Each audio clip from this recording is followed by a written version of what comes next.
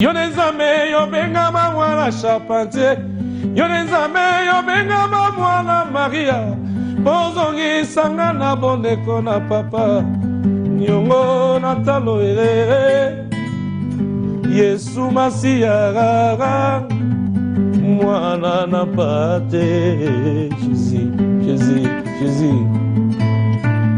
Tango yo bandi bika mwana mokile, Satana toli samina zuae ya inisi mitema ya bato basusu babengaka yo escro basusu babengaka yo mwana Beelzebul basusu babengaka yo nganga kisie kino lelo basusu bawanga yo kasi babimbo mabengi yo bikamwe awana biwe to bengi yo elonga.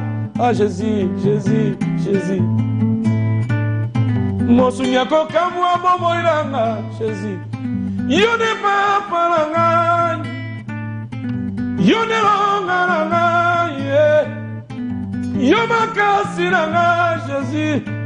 Mosunyako kamwa momo ilanga. Yone longa langa ye. Yone papa langa Jésus. Yone ya langa Jésus. Tu es digne de louange Jésus, tu es digne d'adoration, tu es digne d'être exalté oh Jésus, tu es digne Yahweh, mon conduit Yahweh, mon santo Koloé, mon témalanga païna yo Jésus, mon témalanga qui est. Nokiselanga imvula bikamwa, nokiselanga imvula nelonga, nokiselanga imvula yankembo. Nana ko yate le loke mutafingi matu alobi boye, on a traversé. Non, ils ont traversé. J'ai continué l'œuvre de Dieu. Na ko voir nate na me mango na plateau na ya ko le la o mutafinga na ba tutso ba éviter. Ko le la na mystère mobimba na lukango te. Mais en Zambie, dans la côte na connexion, na mi bosani, na zali boso abatu, je vois, na zomo na ka toujours faveur en Zambie wana, na zomo na ndenge Michel, là il a la surprise voilà. D'ailleurs Michel c'est mon petit frère, donc il veut pas. C'est un élément.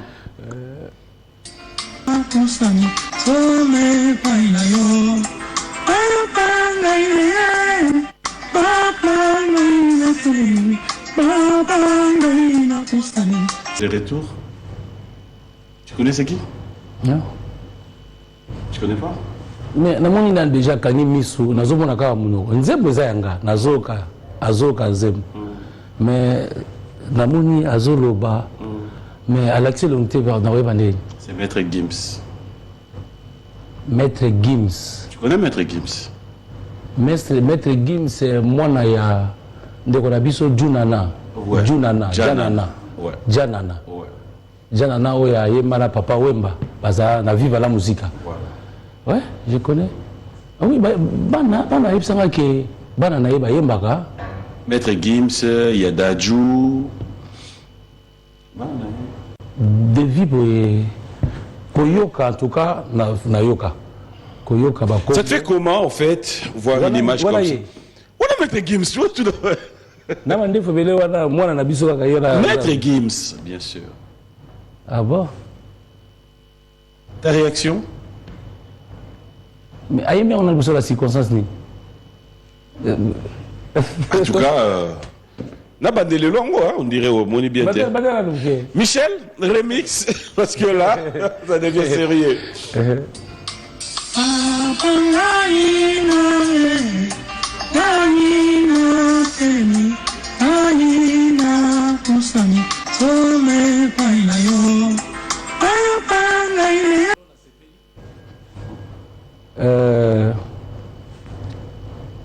Azo ezanzembo oyo tanga na yembango zomema batu na méditation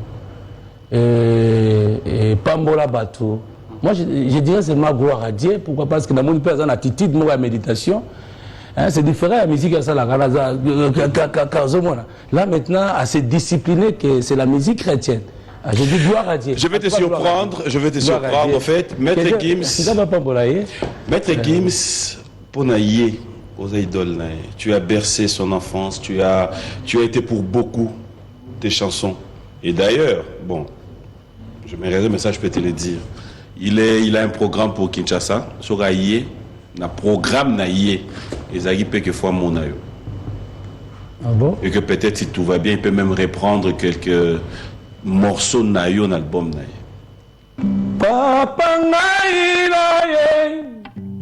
naïe na mele naïe na pusani sobe paina yo papa naïe papa naïe na mele papa naïe na pusani sobe paina yo yo besa nguya yo besa makasi elonganga ikamwaranga salanga tikangaite yawe wakangaite tikangaite salanga kotikangaite yawe nakokende lisusu wapie yone maloba ya bomoi etamolina ngana sena tango yo ekamamina yonkolo yone pole Jésus yone pole na ngai oyo nachelaka motema yone mwina na ngai nzela oyo nabilaka tatola nakokende lisusu wapie yone maloba ya bomoi etamolina ngana sena tango yo ekamamina yokolo. Après confinement, réouverture, Yanganda Taba, chez Djongade, Awa, Bokokuta, Biloko Nyonso Bolingaka ya Kotumba, lokola ntaba ya kitoko pe elengi, soso ya kotumba, ngulu ya kotumba, poaso ya kotumba. Esengeli koyebake, chez Djongade, bafongolaka kobanda mokolo ya mardi, ti dimanche. Awa nde sika ambiance ezali kolala, adresse ezaka se moko. Chez Djongade, weekend, boza deja ya kosepela, chaque vendredi, bobanda kozwa Suzuki Luzubu 4x4. Yende muta kosepelisa bino na ndenge ya kosakana te, oza kulia, oza komela, oza kopina. Pe chaque samedi, ekobanda kozalande CNN, Alligator, na ba artiste mosusu. Bako banda kosepelisa bino na makinu ya defuate na bakunga ya kosakana te. Et puis, chaque dimanche, sombele suka bisanga, ndebo kozwa les grands chanteurs. Emile alias de Mingongo, yende muta ko palola awa, boko sentir betue baou différence yena. Malolo. Oui frère, Babi Tchonga. La Congolia. Futur. Hein? Nous te reçons la 50 boîtes. La Katakin, c'est Tchongaske. Soki olingo sala ba réservation, obengi na ba numéro oyo pe ba ko servir yo joli kitoko. Chez Djongade, yango nde moboko ya ambiance na kati ya Paris. C'est naturel, soin. Beauté. Suivez Elengi à Congo pour avoir toutes les informations concernant l'actualité congolaise. Pour l'organisation de mariages, anniversaires, soirées, animation DJ, maître des cérémonies, un service traiteur, sans oublier un chariot nouvelle technologie pour vos mariages et entrées gâteaux. Pour plus d'infos, contactez Elengi à Congo TV. Subscribe Elengi à Congo. Na Elengi à Congo TV. Toko diembe la biso tu. Toko diembe la biso nyonso. Toko diembe la biso nyonso.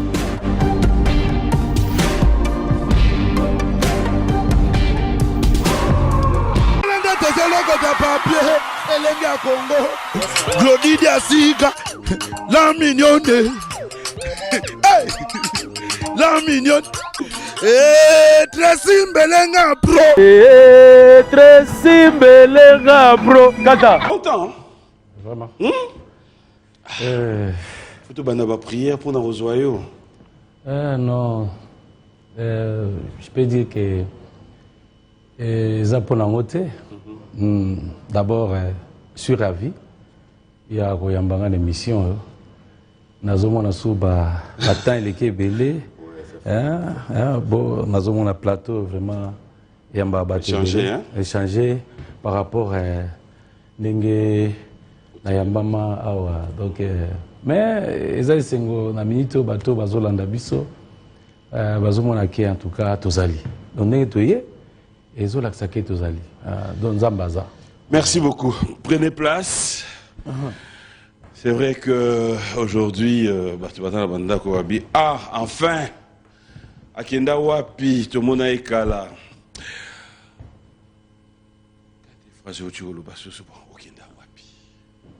Qu'est-ce qui a fait que Only moi, dans le média, tout le monde en parle? Et d'ailleurs, moi, je suis au retard, et comment est déjà au Lobama, papa Mato Tikinae, musique, voilà. Qu'est-ce qui s'est passé? Donc, merci pour la parole. Moussalo Toussala, papi, eza vocation, c'est un appel, autorisé par un zame. Nako tikate, nako abandonné te, Bible Zoloba na livre à Lamentation 3, 37. Qui dira qu'une chose arrive sans que le Seigneur l'ait ordonné? N'est-ce pas de la volonté du Très-Haut que viennent les maux et les biens? C'est vrai, on peut traverser des moments difficiles. Mais Yangoteko Kabola Bisolan Zambé, roi David Azoloba, quand je traverse la vallée de l'ombre de la mort, je ne crains aucun mal. Et ça va traverser. Ma beso ezali que si je m'endors, ou bien je m'arrête, ou bien soit na souki, mais aussi longtemps que ye soit nazali. Donc, je continue toujours, je ne peux pas relâcher, je ne peux pas abandonner. Mais on ne te sent plus. Mais on ne te sent plus, ça fait des années. Mais c'est tout à fait normal parfois. Bon, c'est vrai aussi la pandémie et puis... mais bon. À part ça, dans les médias parfois, mais Moussala Nzambe, je continue toujours à servir Nzambe parce que c'est un fardeau. Et en dehors de cela... pour Natanga, à la fois ajouter la connaissance. Aux oreilles chic, mon agent Goubala, il faut lire beaucoup. Naza pas mal, Naza na institut biblique na, il y a un grand homme de Dieu, américain Roger Outzman, na limité. Je suis là, passer le bébé Babima Kuna. Bon, tu vas être ressources encore. Malgré doté à la Baloyembo, mais pourquoi pas maintenant prêcher? Mais est-ce que c'est quelque chose qui est devenu à la mode, que tout chantre doit finir au pasteur? Parce qu'après, moi j'ai commencé à prêcher depuis Bato Bayebi Matou. Dans la école à ministère de 1985 à 1988. D'ailleurs, dans les cagas d'émission, on a annoncé que dans les cagas d'émission, dans mon maman Déborah, Azala Lubumbashi, a Bengi Alobi, qui est papa Matou. Donc, Ayebi Matou, Samuel, il y a Assem, et pas passé. Ngoy, Yangouba. Donc voilà. Donc, tous les côtés, il y a déjà Bandakala. Il y a ceux qui ont embrassé côté Anetiba Pasteur. Il y a ça les lotés. Deux ans, il y a les lots Bana, Nazo Bimize Moutoute. Oh, les lots, il y a commis l'église, il y a bâti l'église. Mais il y a Bisoko Yemba. Bazana no papaka no bamisusu. Nazana bana musu bazaba passer bazana ba Canada, bazana ba États-Unis, balika par ngai, apôtre Daniel, tout bazali, Nangola bazali.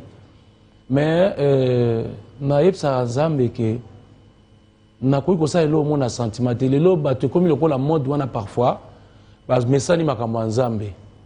Dans le sens que lelo comme il a encore faut à l'église, il faut à la boye. C'est bon, mais il faut Nzamba loba. Je crois parfois pour nous qu'il y a des ressources encore na théologie, c'est pas que na vandika bonabi non te, na sala déjà comme la ministère, mais na moni fardo o Nzamba tcheka tinanga, alors Nzambe pa bandi sukoloba et yango na bi non. Na nina sala ba hérésie ne baloba na théologie, mais je voulais encore apprendre. Donc ajouter encore la connaissance, c'est tout à fait normal, voilà pourquoi Nazong na ban ya classe na donc bana la wa segaro papa classe ya bédopose galovia. Oui, mais après c'est ce que j'allais dire aussi. Est-ce que Moutou est retenu? Non, ça va très bien. Le Saint-Esprit est là.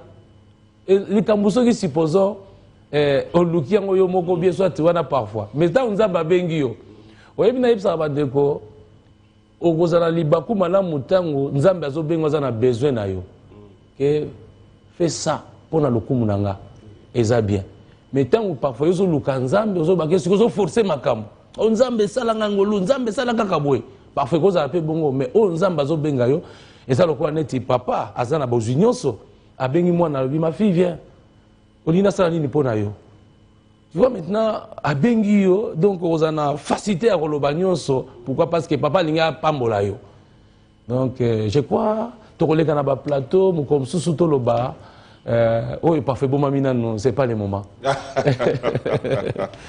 Alors kuna besoin peut-être obeta masolo ba pasteur mosusu comment ils évoluent moi autocritique ou bien critique ya ba ndeko mosusu. Bon, parfois. Il y a classe, quoi. En fait, bon, des exemples. Net na cours, il y a fondement de la doctrine chrétienne. Oui. Il y a beaucoup de choses. Okay. La foi chrétienne, il y a beaucoup de choses. Et tout total, il y a cours, il y a homélétique, même herméneutique. Donc, c'est tout à fait normal. Et ça, dans la rebelle, parfois, les lots, m'ont embrassé, carrière, mais, bilo, c'est ce qui m'a maîtrisé.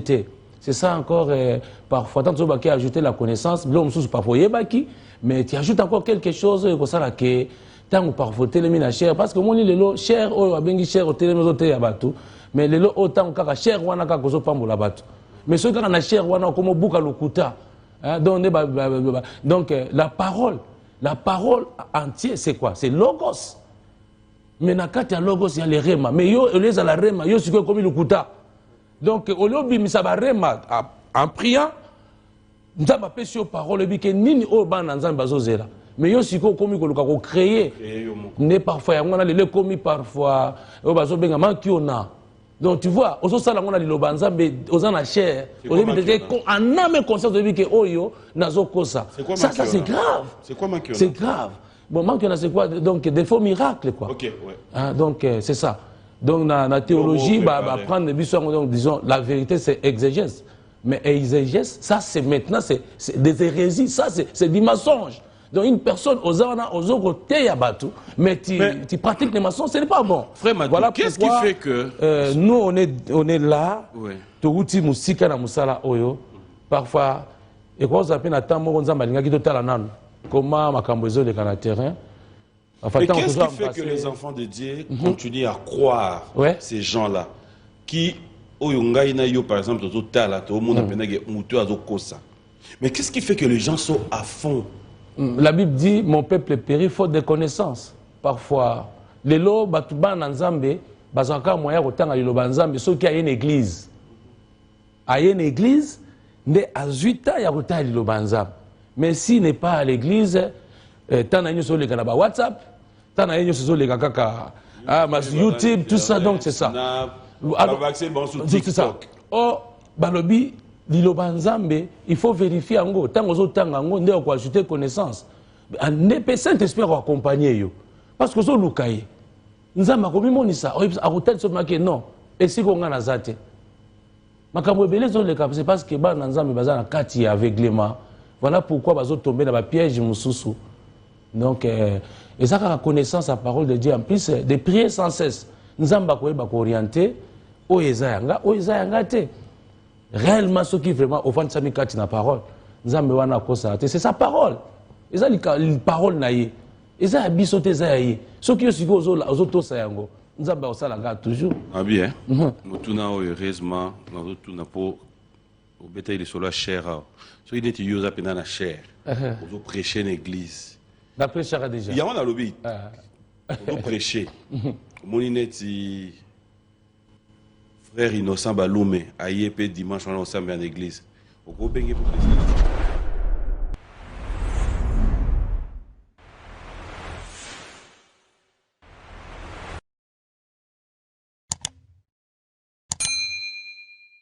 Sacré.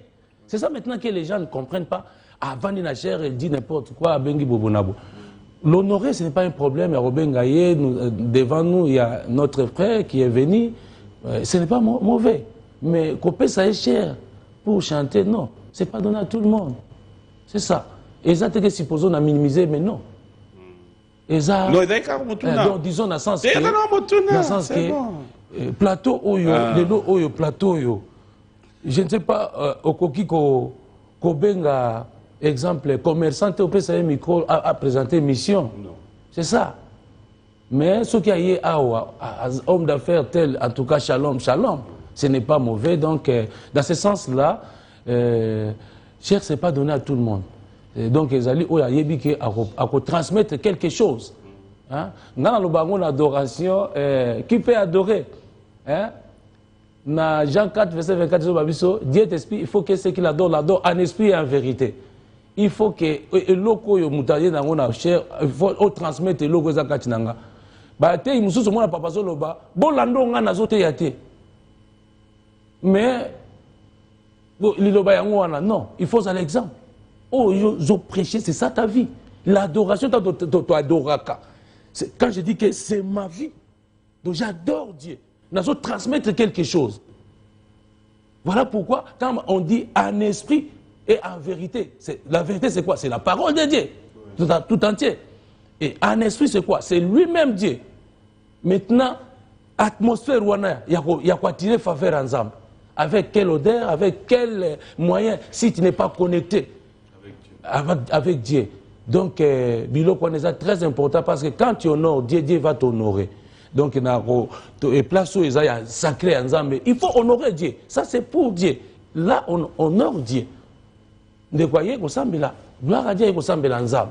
Mais parfois, qu'est-ce qu'il va prêcher, qu'est-ce qu'il va dire? Tu vois, parfois, c'est ça encore le problème. Après ça, Bandimimbote. Bandimimbote, on est sali, c'est bon.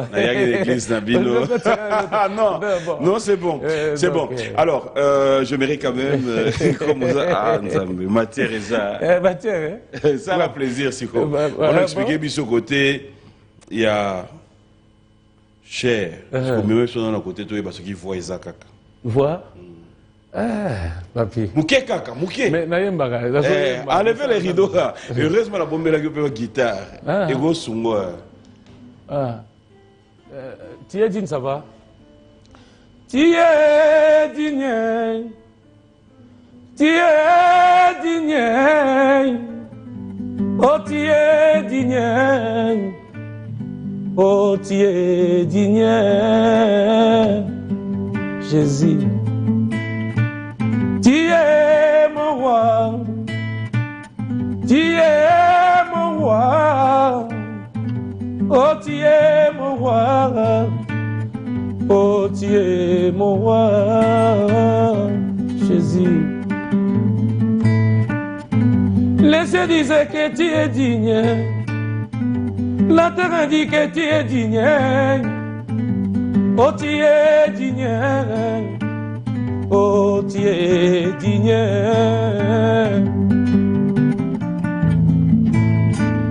Tango natalaka koyona yo na mokili. Yo nzambe yo benga malolenga moto. Yo nzambe yo benga mwana charpentier. Yo nzambe yo benga mwana Maria. Bozongi sanga na bondeko na papa. Nyongo natalo ere. Yesu Masiya, mwana na pate, Jésus. Tango yo bandi bika mwana mokile, Satana toli samina zuae, ya inisi mitema ya bato, basusu babengaka yo escroc, basusu babengaka yo mwana Beelzebul. Basusu babengaka yo nganga kisie kino lelo basusu bawanga na yo kasi babimbo mabengi yo bikamwe awana biwa to bengi yo elonga ah Jésus mosunyako kamwa momo ilanga Jésus yo ne papa langa yo ne longa langa yeah. Yo makasi nanga Jésus mosunya koka mwa moyanga yo ne longa yo ne papa nanga Jésus yo ne ya nanga Jésus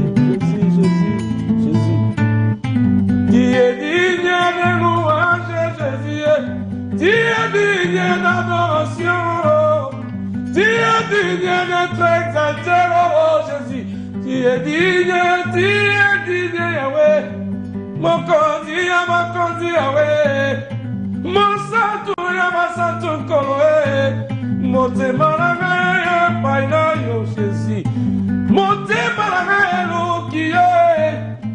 Nokiselanga imvula bikamwa, nokiselanga imvula nelonga, nokiselanga imvula yankembo.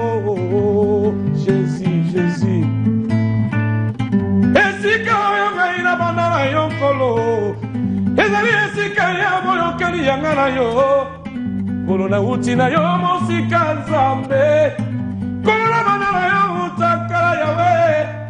Bituma bidioko yo tiki ngaite Jésus, nokiselanga imvula bikamwa, nokiselanga imvula yankembo. Jésus, merci. Merci, merci. Oh, c'était fort. Ah. Na bolingo na yo. C'est ça. Jésus. On a vu sur l'émission. Plateau et Gobo Mwana. Liziba Beti Sapona Mutumoko. Parce qu'on a vu sur la tango. Nalinga Anzambo, Nalinga Bosa et la Eva. Pourquoi même Tolo?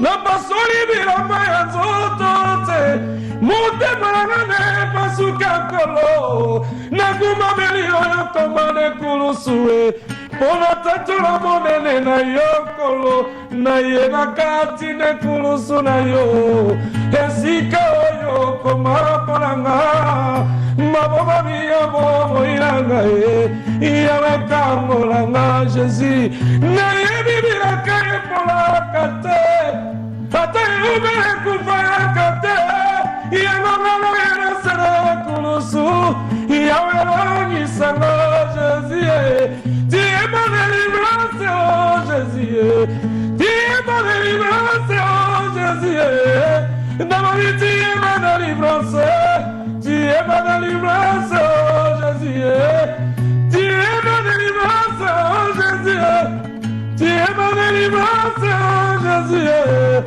Dans ma vie, tu es ma délivrance. Tu es ma délivrance, oh Jésus. Et t'es mis sur mon sous te seyo. Nabo moina nga kaka seyo. Mon sous te seyo. Nabo moina nga kaka seyo. Jésus, na yebiete yo azaliye. Ozali na nga mama ozaliye.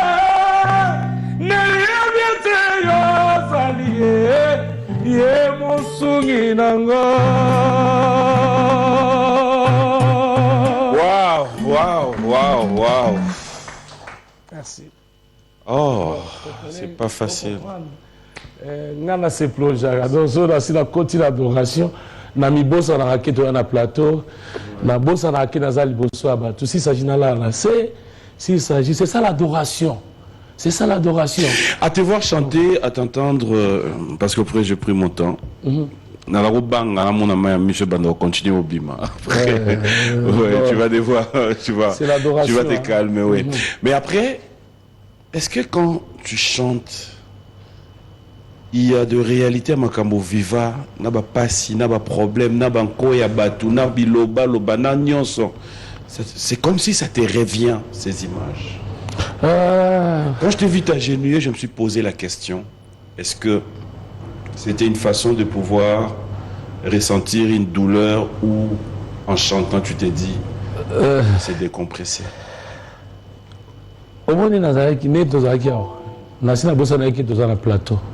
C'est ça l'adoration. L'adoration, c'est honorer Dieu en lui rendant un culte qu'il faut. Dans les circonstances, c'est vrai à l'époque, dans l'Ancien Testament, la vie sur l'adoration, c'était parfois aller dans ma synagogue, aller dans des montagnes. Mais les lois ont bon côté. Aujourd'hui, c'est adorer Dieu en esprit et en vérité. Voilà même Philippe, tant à Télémi Liboso, il y a Christ, tant à Télémi Liboso, il y a des disciples. Mais nakati na bango moka lobby, nous sur lobby c'est bon, mais montre-nous seulement les pères, cela nous suffit. Mais qui ça lobby la bango, mais celui qui m'a vu a vu les pères. Pourquoi il a banné? Parce que Azaotal Sabango que bino boza sous et la sous-souté ya koluka la bango momba, mais ya za liboso na bino. Oh, c'est lui qui mérite l'honneur, l'adoration, la louange. Voilà donc Nabosanaka. L'adoration, c'est la nourriture des grands. Ce n'est pas tout le monde qui peut adorer. Tout le monde peut louer, mais ce n'est pas tout le monde qui peut adorer parce que là, c'est réservé pour celui qui adore à l'esprit. Voilà, c'est ça. Donc, alors, dis-moi. C'est ça mon problème. Ezali. Vocation ezali oyo ndenge nazwaka munene na nzambe nga na bosanaka yana bisa bandeko même si toyemba komona te tango zo ya banotala basi na adoration soko lingo adorer nzambe yana ba problème ani ko kanisa il faut na bala il faut na zwa mbongo il faut na sala donc tu viens pour un beat parfois il faut que ça mate mais nzambe alingarto yana mitema na biso au PCM on s'est plongé dernièrement j'ai parlé de l'hôtel du parfum. Nakati hôtel du parfait, parfait nous sommes que l'ensemble. Malobani nous repère ensemble. Est-ce qu'on peut adorer? Est-ce que pour être la parfait des bonnes odeurs? Est-ce que vraiment tu adores en esprit et en vérité? Est-ce que l'adoration est comme ma faveur ensemble? Ça c'est encore une autre chose. Est-ce que ça on a pas mbaté beti ngong comme maquiller la pamba? Parfois nous sommes sur on a des émotions. Il y a bien les tu adorer na frère Matou, les lots adorer en tout cas la semaine dans l'émission. Est-ce que choper la que mutema naï? Alors, nous avons été que Moutafingi Matou, Alobi Boye, on a traversé. Non, ils ont traversé. Je continue l'œuvre de Dieu. Nous avons vu un plateau, nous avons vu là, nous avons tout ça éviter. Nous avons vu un mystère mobimba, nous avons vu mais Nzambe, on a continué la connexion, nous avons bossani, nous avons besoin de je vois, nous avons toujours faveur Nzambe, nous avons ndenge. Nazo Sopelaye Mbeka Solomalas. Papa Matou, est-ce que tu as des gens qui fêtent leurs anniversaires? On a Bandeko, moi Oyo, Bazo fêter mon anniversaire? Moi Oyo Bazo fêter mon anniversaire, mois d'août. D'ailleurs ma fille Tevik Matou, joyeux anniversaire. Hier, Ezalaï Kaka semaine Oyo, c'est le dimanche. Donc qui lundi. Okay. Lundi Koutou, ils ont prévu, malgré fêter qu'il il fallait fêter Nandaku. Je me suis dit, bon, il n'y a pas de problème. Le coup, il y a la ressource pour la deuxième fois, avant août, ici, là, tout ça, là. Donc, je salue encore ma sœur Solange Otenga. Là, on a un clip. Solange Otenga, joyeux anniversaire. Il y a un août, d'ici là. Ils ont tombé Solange Otenga avec son mari J.C. Otenga, Luambo, oui, c'est vraiment Azali, moi na Luambo. Il y a vraiment des beaux-frères Nangai, Balela Biso Leki Nabiso Solange Otenga. Voilà un album Naya Bimisi, Jésus-Christ, c'est l'espoir. C'est bien. Donc, qui peut sous Papa Matouté, hein, là, il peut carter la Michel. Donc voilà, nous allons souhaiter bon anniversaire à ceux qui fêtent leurs anniversaires. En tout cas, joyeux anniversaire. Voilà. César Nga dit bon anniversaire à Magloire Ndiobo, bon anniversaire à MJ Mimosa. Notre rubrique anniversaire, on se retrouve tout à l'heure.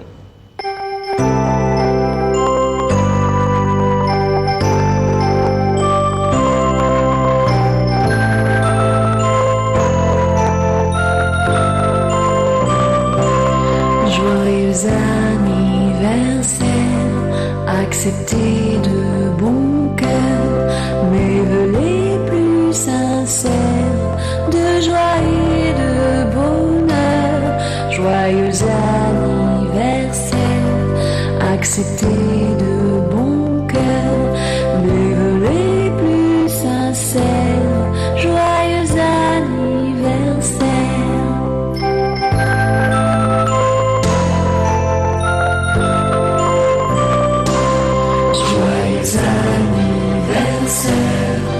Acceptez de bon cœur nos vœux les plus sincères de joie et de bonheur. Joyeux anniversaire, accepter de bon cœur nos les plus sincères. Joyeux anniversaire, joyeux anniversaire. Accepter de bon cœur mes vœux les plus sincères de joie et de bonheur. Joyeux anniversaire. Accepter de bon cœur mes vœux les plus sincères. Joyeux anniversaire.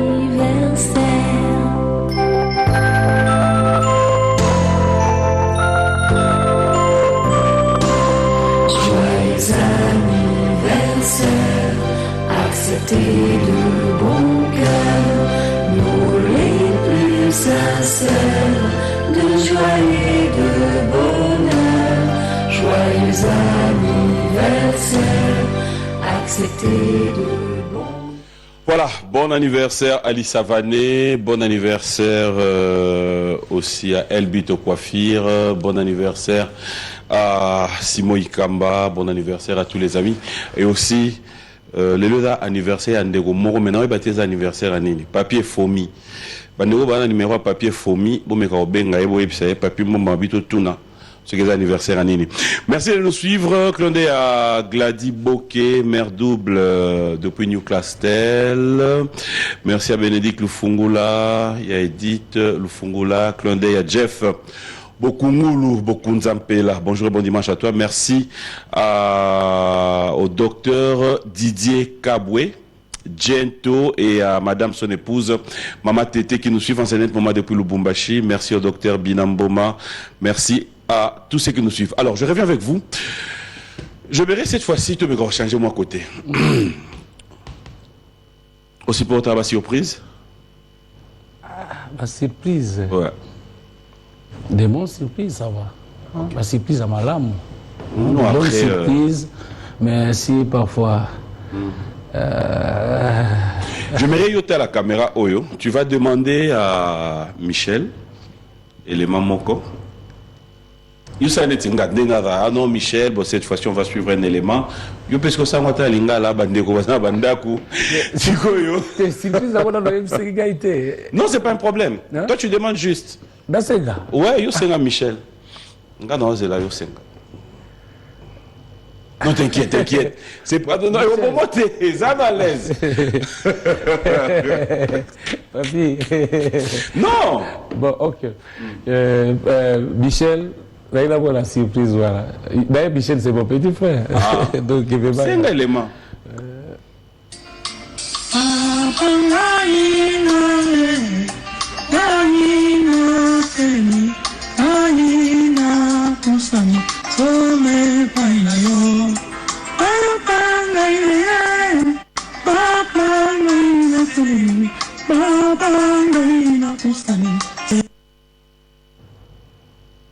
On est de retour. Tu connais c'est qui? Non. Tu connais pas? Mais namoni na déjà kani misu nazomona kaka munoko nzembo eza yanga nazoka azoka nzembo mais namoni azoloba mais alakisi longte vers na weba ndeni. C'est Maître Gims. Maître Gims. Tu connais Maître Gims? Maître Gims c'est mwana ya ndeko na biso Junana. Ouais. Janana. Ouais. Janana. Ouais. Janana oya yemana papa Wemba baza na viva la musique. Ouais. Ouais, je connais. Ah oui, bana yebsanga ke bana na yeba yembaka. Maître Gims, il y a Dadju. De vivre koyoka en tout cas na yoka. Koyoka ba. Ça te fait comment en fait voir une image comme ça? Voilà Maître Gims, tu vois tout le Maître Gims, bien sûr. Ah bon? Ta réaction? Mais aïe, on a besoin de la circonstance. En tout cas, on dirait au Moni bien. Michel, remix, parce que là, ça devient sérieux.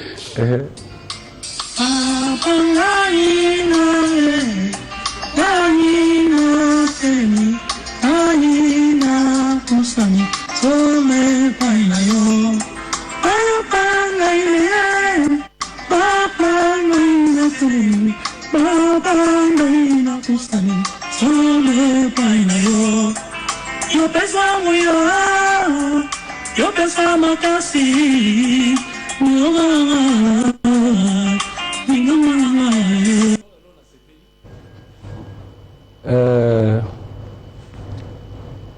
azo eza nzembo oyo ntango nga nayemba yango ezomema bato na méditation pambola bato. Moi je dirais seulement gloire à Dieu. Pourquoi? Parce que dans mon père, il y a une attitude de méditation. Hein, c'est différent de la musique. Là maintenant, assez discipliné que c'est la musique chrétienne. Je dis gloire à Dieu. Je vais te surprendre, en fait. Maître Gims, pour naïe aux idoles, tu as bercé son enfance, tu as... Bon. Gloire à Dieu. D'abord, que la gloire revienne à notre Seigneur Jésus-Christ. Parce que dans le Baga, nous avons un simple instrument. Nous avons un Nzambe. C'est Nzambe d'inspirer qui en je crois que nous avons le coup pour Nango. Oui, Papa Wemba, paix à son âme. Ayemba pe Nzembo ya Ngakala. Kaina matina ngomba, kolukelo ngina yawe. Nabapasi nanga, ngai mawumbo na yogo. Zambe yanolanga bof na kumsa kan Zambé je crois ce qui otuniye parfois akoyeba mais elo moka na kwa corriger que naza idole na été. Vous comprenez papi? Papa Mbappé ayebsa ngo un jour nazaki na Paris na ki kotaya na hôpital abengaki Mama Rose Amazon ayebi elo na Zoloba.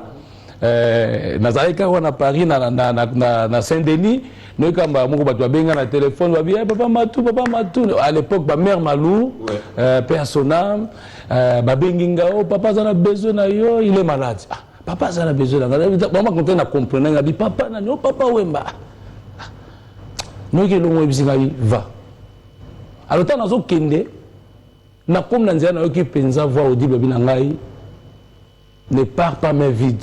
Achète une Bible. Nazongi nabito ke na Château Rouge. Nasombi Bible 8 secondes. Bilo nazongi ba mama Amazon aza vivante ayebi. Nasombi na luki na Château Rouge wana papa na Bible maison la Bible na monia nasombi Bible. Donc eti azali na hôpital moza pene na ndako na ye ozaki pene ya Sirsen wana ya pena mai. Alors tokomi wana nakuta ba fanatique ebele et suis allé na komi. Et j'ai compris que l'eau que tu n'as pas bien parce que c'est Ayembaki déjà Nzembo Langawan. Alors tant que tu es à Paris, Bogwana Ataya Ayembaki a monté mais fanatique, en tout cas, Ayape au Sambela. Et na Kendaki, avant de prier pour Naye, na Sala Moussa Nanga. Selon Matthieu 28, 19 à 20. Na Teya, Papa Wemba, na Mbet Hôpital, na Maman Amazon, j'ai fait ma part. Na Yamisi Papa Wemba Yesu. Na mama Amazon azola nayebi na kamati Bible na pesi bango et miracle ça la maisonine les mêmes jours na désert papa mazai ko liate azai ko marché azai ka ko la boye mais à la muka ezaki penza nzamba sala ebikamwa. Voilà pourquoi reconnaissance on a comprendre tant ayo beta na Zénith wa bige papa ma bongo motema ayema na bandi 3 chansons na banzi Yahweh. Donc c'était une chose. Moi je dis que si c'est pour la gloire de Dieu. En quoi ça te fait mal si on doit utiliser dire c'est mon idole? Mon idole voilà donc naza idoleté. C'est l'idole vient de mon idolâtrie. Donc photo vitarabilo mususu bato okumso moni lelo wana te biso photo zala ba idole nzambe. Donc je peux dire seulement parfois aza fanatique nanga donc akobake Matou Samuel aza ce qui vient nanga Matou Samuel aza fanatique nanga là c'est bon mais idole seulement je voulais seulement corriger parce que bibliquement ça ne sonne pas bien. Yo me dit la Bible point.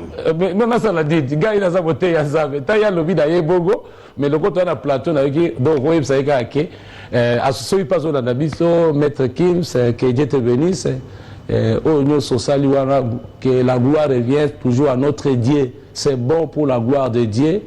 Nengo lobi pe ko ya ko luka Matou Samuel la porte est grandement ouverte. Mais moi, je ne suis pas ton idole, je suis ton fanatique parfois, ton fan Nebo Messana.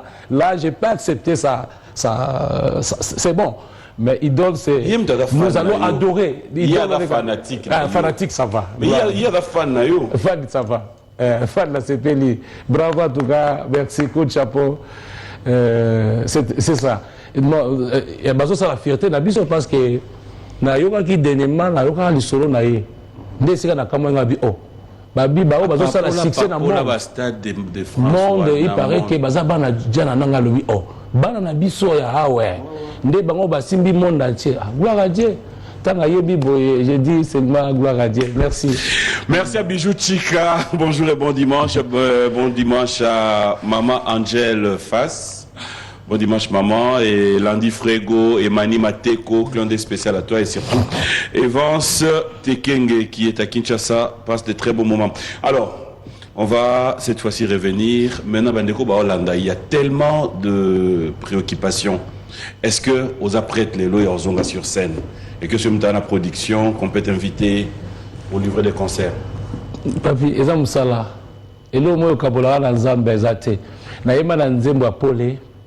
Nalingi na umela seko nase na makolo na yo kolo eloko moko te papa ekabola ngai na yo nazali lokola ebwele oyo etondi na posa na mai nani akopesa ngai maye anamela na zuwa kimia motema mpe molimo na ngai kolo etondi na posa na yo kolo nafukami na kiti na ngolu na yo oyo nde pole na nga yozali nyonso mpo na ngai yozali nyonso mpo na ngai amotema na nga tona lesengo motema na nga batela kimia yozali nyonso mpo na ngai yozali nyonso mpo na ngai.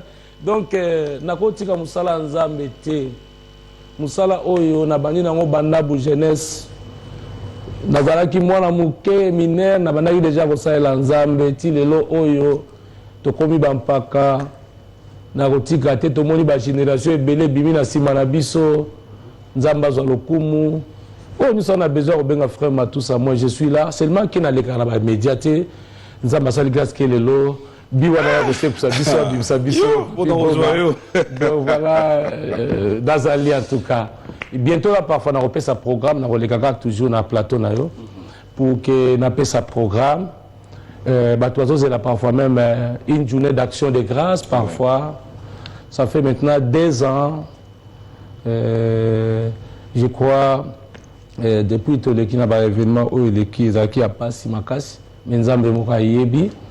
Je crois que ça la concert moko et en plus pourquoi pas album bazé bozaka ke belé za bazo sopela bisoka toujours le quoi yesu wana za na bomo source et inspiration et silité et kaukité zaka toujours quoi rosé voilà tokolekaka pona on sa programme mais lelo sengola nga vraiment za ki beaucoup plus hein omoni na toni sa mine sengo pour ça le ko la plateau moko et bunganga kala hein comme on a le sous na kata musala na biso et en plus c'est qui c'est Papi Mova. Moi j'aimerais tout à l'heure on va vraiment adorer avant de finir. Merci à Gracia Mboma de nous suivre. Bon dimanche à Maître Kale Kalemba qui nous suit avec beaucoup d'attention, Richard Kabala, Jerimbou, tous les DJ, les amis, et merci à Laure Ndaya de nous suivre depuis Bruxelles. Le président Gaël Eimbi, procédure judiciaire, bonjour et bon dimanche, Tony Moukadi, et pourquoi ne pas dire un grand merci à Fanfa Soumpi, Patrick Baraka, Fiston Boboli, le Code mondial reste le seul, Willy Moucheni.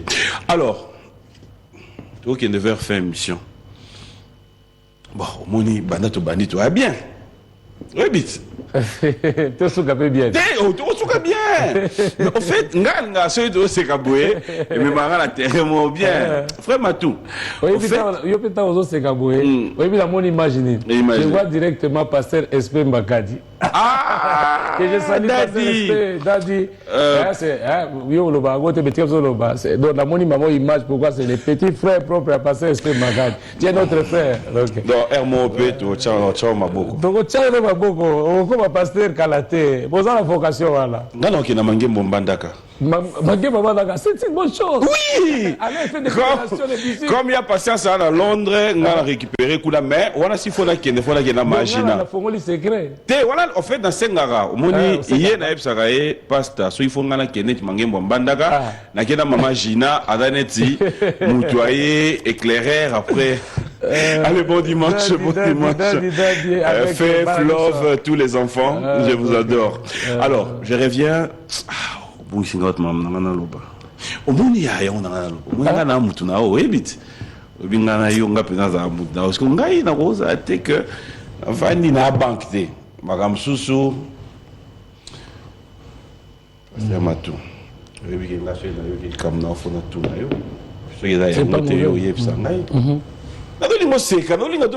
sérieux pour être le mot. Ah bon?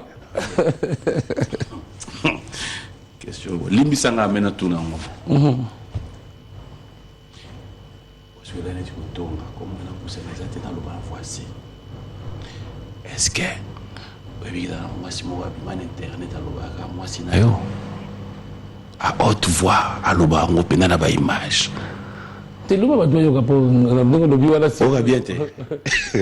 Moi si. Papa m'a tout. Oui, puis là, moi, si moi, les cas, Internet, partout, à l'Obaga, moi, si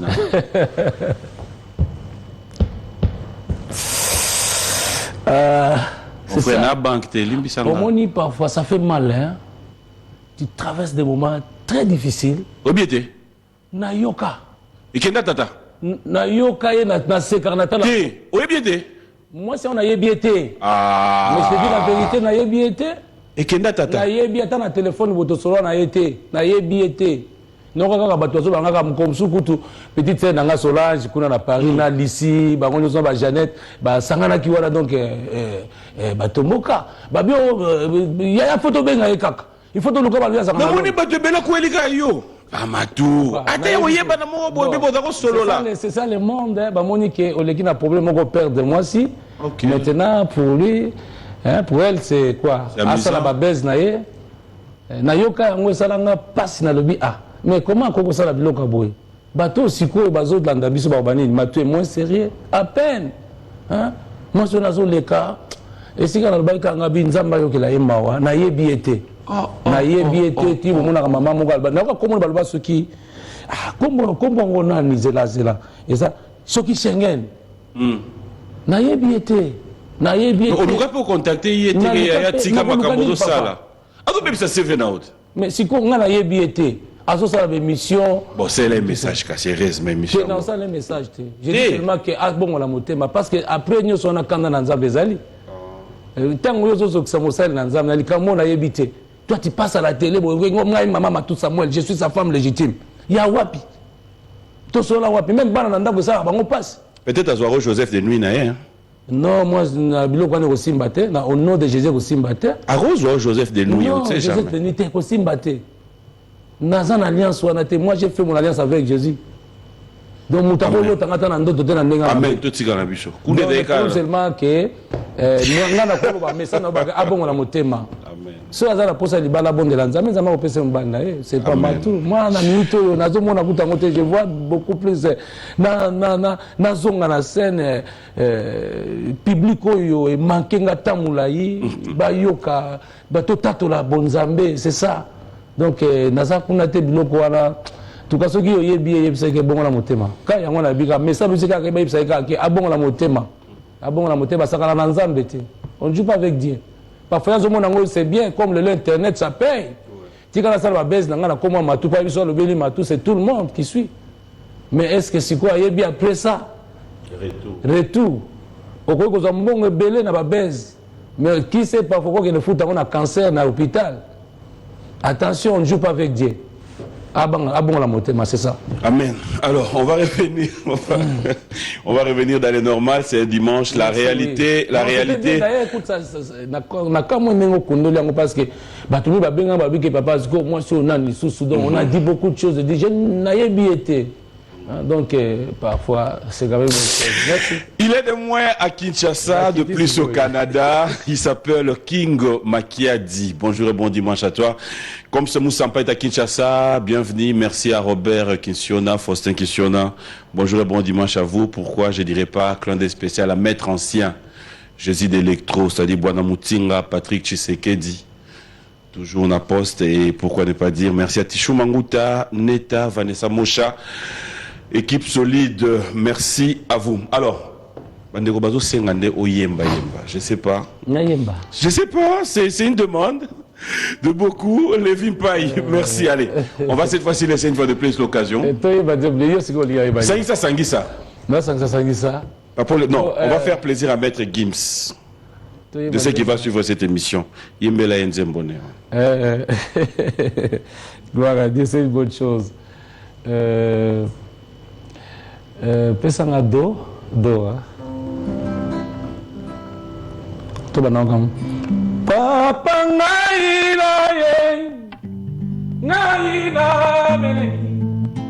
ngaina pusani sobe paina yo papa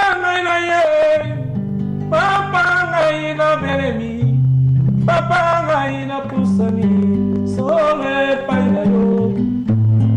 Yo pesa nguya, yo pesa makasi, elonganga, ikamwaranga, salanga, utika ngaite yawe, waka ngaite, tika ngaite, salanga, utika ngaite yawe, waka ngaite.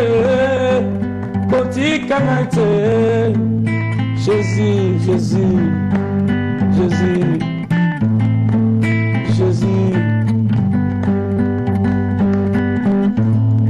Natelemi, liboso ya maumura yo, liboso ya banana yo, yo pesa nguya, yo pesa kinga ya moniseli, ya kote ya katina moyemo.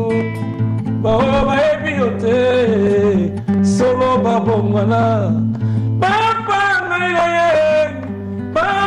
ngaina beremi papa ngaina pusani solo paina yo iyo pesa nguya iyo pesa makasi elonga bika mwana Jésus. Mokile lobi yo sarakate, mokile bengi yo zamba bakufi, mokile lobi yo nuna yawe, bongo yo lobi nini yaya. Yemana ngelongo. Alors on va clôturer ce qu'on va faire.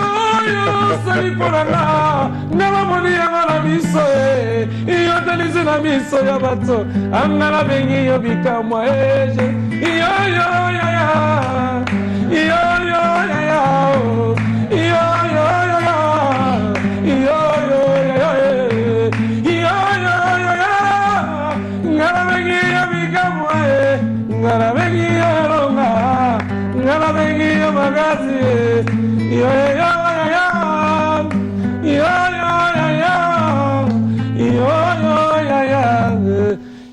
On va clôturer et juste après la clôture, c'est comme ça qu'on va continuer. Merci à Gracia Mboma de nous suivre et Mamie Rose Mboma, Nelly Mboma.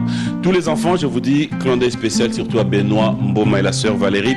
Pourquoi ne pas dire un grand merci à Lina Chilumbu, Lina Mouvaro de nous, Madame Chilumbu. Bonjour et bon dimanche à toi, surtout à ton mari, de cœur avec vous. Merci de nous suivre. Rapidement, on va lire quelques messages. Merci à mon petit Francine. Trésor Capilla. Il y a un message, il y a un téléspectateur qui vient d'envoyer. J'aimerais lire ça. Bonjour papy, je voulais avoir le numéro de frère Matou. Je vais lui offrir un cadeau. Il m'a vraiment béni en ce dimanche. C'est signé José. Donc voilà, je pense qu'à la fin de l'émission, nous aurons l'occasion de t'envoyer le numéro de frère Matou. Ou soit carrément, tu appelles après cette émission. Merci à Kadis Mbouyi de nous suivre. Merci aussi à tous ceux qui nous ont suivis de partout. Vous êtes tellement nombreux.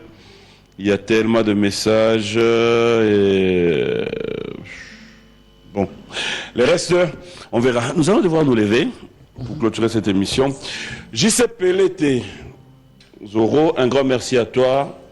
RKH, merci aussi à Kadis Mbouyi.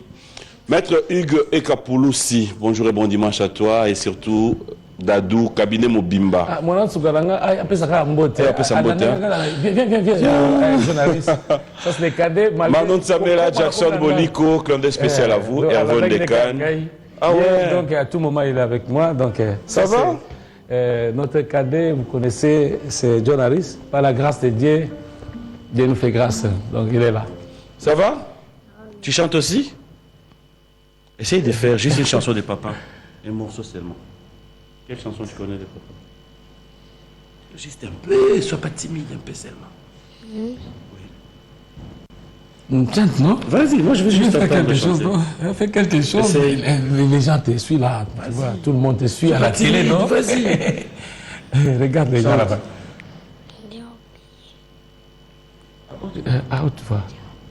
Chante, non? Tu as oublié. Non, n'importe quelle chanson de papa, regarde. On te voit là-bas. Zambe Batela. Zambe Batela. Chante même. Yosali, Yosali. Tu sais que beaucoup de chansons, non? Hein? C'est 1, 2, 3, go. Yosali no soponanga. Yosali no soponanga. Amutima nanga batela kimya. Mutima nanga.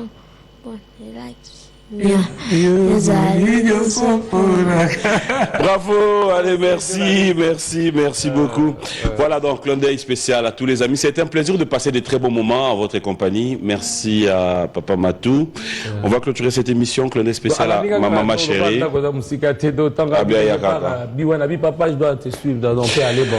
Koumoumanda chante, une fois de plus on est de cœur avec toi. Tu salues? Salut tout le monde là. Ok, allez, tu peux aller. Voilà, merci à Maman Rose, merci à vous tous qui nous avez suivis. J'espère que vous avez passé des très bons moments. Moi, je te dis encore une fois de plus merci. Je te laisse sur ce plateau clôturer l'émission. Et moi, on se retrouve tout à l'heure. Bon dimanche à vous tous, au revoir. On va clôturer avec Pasteur Matou, ML Lola, Claude spécial à toi. Et je voudrais aussi dire merci à Story, à Roxane, Rose, vous tous, mes nièces, mes neveux, je vous aime trop. Dimanche en compagnie de frère Matou, ça a été toujours un bonheur de passer des bons moments. Merci à Ado, la marque Adolphine, Claude spécial à Georgia, Superstar, Claude spécial à Mukendi, à Senab, à... C'est un ami, tous ceux qui nous ont suivis, je vous dis merci. Au revoir, à dimanche prochain. Non. Là, je voulais dire à quelqu'un qui est en train de me suivre maintenant, problème aux anangozo tunisayo. Nanina yeba problème na yote. Mais je crois parfois à brancher na 4 émissions. Natikali kaka na 2-3 minutes, mais nzamba kosala quelque chose na minute oyo. Quel que soit, peu importe le problème aux tunisayo. Nina yisoka ke adore ce Dieu là. Dieu honore ce qu'il honore. Quand tu honores Dieu, Dieu va t'honorer, quel que soit les problèmes, quelle que soit la situation que tu traverses à ce moment. Mais adore seulement ce Dieu-là. Quand tu as un problème, banaliser le problème. Parfois, tu es à l'hôpital, aux en prison à Minitoy, aux en Makambo, aux en Barrégé. Les choses ne marchent pas. Tu es là bloqué à Minitoy. Mais je crois à un Dieu qui est au-dessus de tous les noms. Ce qui a décidé ça, est-ce que tu es prêt? Si tu as un problème là, je crois à ce Dieu-là, le Dieu des signes naturels, peut faire quelque chose là où tu es. Là où tu es, si tu es dans le salon, tu es dans la chambre, ou soit dans le lit de l'hôpital, mais le Saint-Esprit, qui est le surnaturel, peut te toucher sans même ça problème. Balobina yo souki, babina minito, il y a un problème parfois de cancer, tu vois que non, c'est fini pour moi. Mais c'est lui le chemin, la vérité, la vie. Jésus, adore avec moi. Jésus. Yonde pole nanga, oyo na chela kamotema. Yonde mwina nanga, inzela oyo na bilaka. Nakokende lisusu wapie, yonde maloba ya bomoy. etamoli na nga na se na ntango oyo ekamami na yokolo yo n'épaulé. Jésus, Jésus, yo n'épaulé na ngai oyo nacelaka motema yo ne mwinda na ngai nzela oyo nabilaka tatola nakokende lisusu apie yo ne maloba ya bomoi etamoli na nga na se na ntango oyo ekamami na yokolo yo n'épaulé. Jésus, Jésus, Jésus, Jésus, yozali nyonso mpo na ngai, yozali nyonso mpo na ngai, motema na nga tonda nesengo, motema na nga batela kimia, yozali nyonso mpo na ngai, yozali nyonso mpo na ngai, kamaka bomoi na ngai nyonso ezali mpo na yokolo, bombaka nga na longa natambolaka kasembo na